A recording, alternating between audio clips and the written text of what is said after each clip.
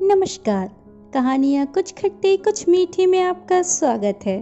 मैं प्रेमलता। मैं सुनाती हूँ अपनी लिखी कुछ खट्टी मीठी कहानियाँ। आज मैं आपके लिए लेकर आई हूँ कहानी कॉफ़ी शॉप। तकरीबन पिछले 1.5 घंटे से कॉफ़ी शॉप पर बैठा दीपांकर राही का इंतज़ार कर रहा था। इस दौरान वह 3 कप कॉफ़ी भी पी चुका था, लेकिन अब तक राही का कोई पता नहीं।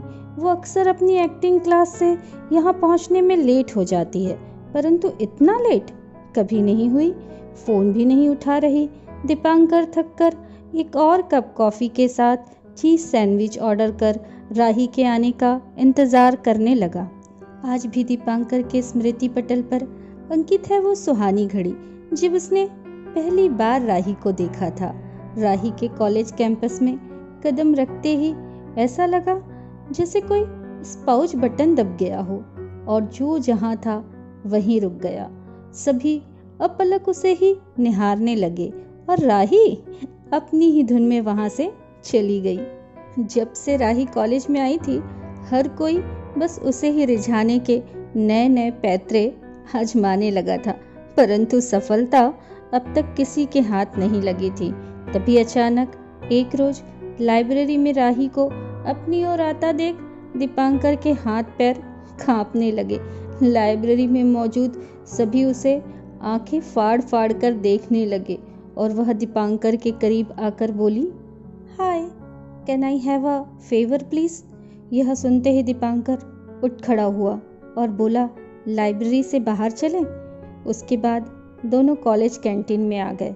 वैसे तो दीपांकर कॉलेज का टॉपर था, हमेशा वाद विवाद प्रतियोगिता में प्रथम स्थान हासिल करता, परंतु आज राही के समक्ष उसकी जबान लड़खड़ाने लगी और वह हड़बड़ाते और घबराते हुए बोला, what can I do for you.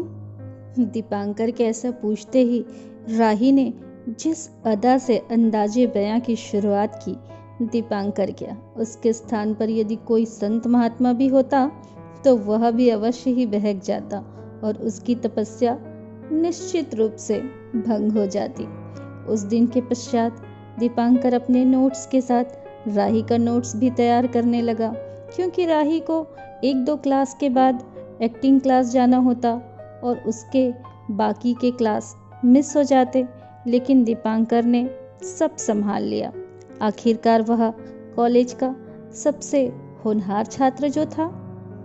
फिर क्या था, राही और दीपांकर में दोस्ती हो गई और दोनों रोज इस कॉफ़ी हाउस में मिलने लगे, जो शहर से दूर प्रकृति के गोद में था। चारों ओर से खुला, यहाँ छोटे छोटे हट बने हुए थे, जहाँ बैठ दोनों घंटों अपने भविष्य की कल्पनाओं में खोए रहते।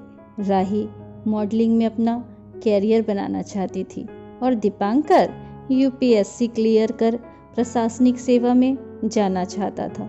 दोनों की राहें जुदा थी, लेकिन उसके बावजूद दोनों साथ थे।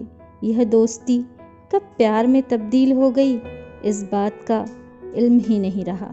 दिन पंख लगाकर उड़ने लगे और देखते ही देखते कॉलेज का अंतिम वर्ष भी आ गया और आज परीक्षा का आखिरी पेपर भी समाप्त हो गया।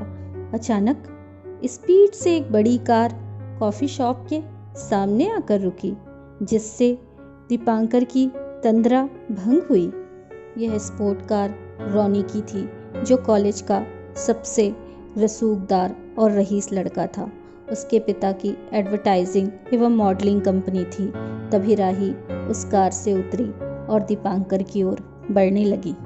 राही के पास आते ही दीपांकर ने जैसे ही उसे अपनी बाहों के घेरे में लेना चाहा, राही ने उसे रोक दिया और अपनी अनामिका उंगली पर पहनी अंगूठी, जो दीपांकर और उसके प्यार की निशानी थी, टेबल पर रखती हुई अपनी उसी चिर परिचित अदा से बोली, आज के बाद तुम फिर कभी इस कॉफ़ी शॉप में मेरा इंतज़ार मत करना, क्योंकि मैं यहाँ अब कभी नहीं आऊँगी।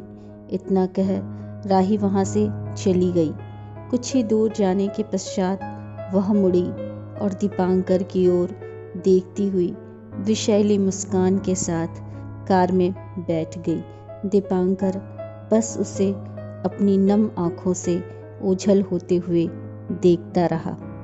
मेरी कहानियाँ यदि आपके दिल के किसी कोने को छू रही हों तो प्लीज़ मेरे चैनल को लाइक, शेयर और सब्सक्राइब ज़रूर करें। धन्यवाद।